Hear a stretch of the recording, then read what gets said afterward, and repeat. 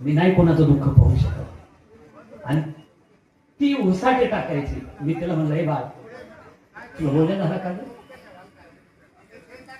तिनं माझ्याकडे लागायला होता आहे. तिला वाटलं हा ओळखीचा आणि पाळखीचा.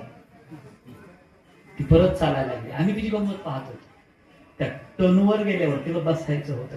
कांदळीकरांना तिला बसता येईना. तो मागं लोंबलेला. काय केलं राव त्या पोरीनं? खाली वाकणे. आता मला राहवलं नाही.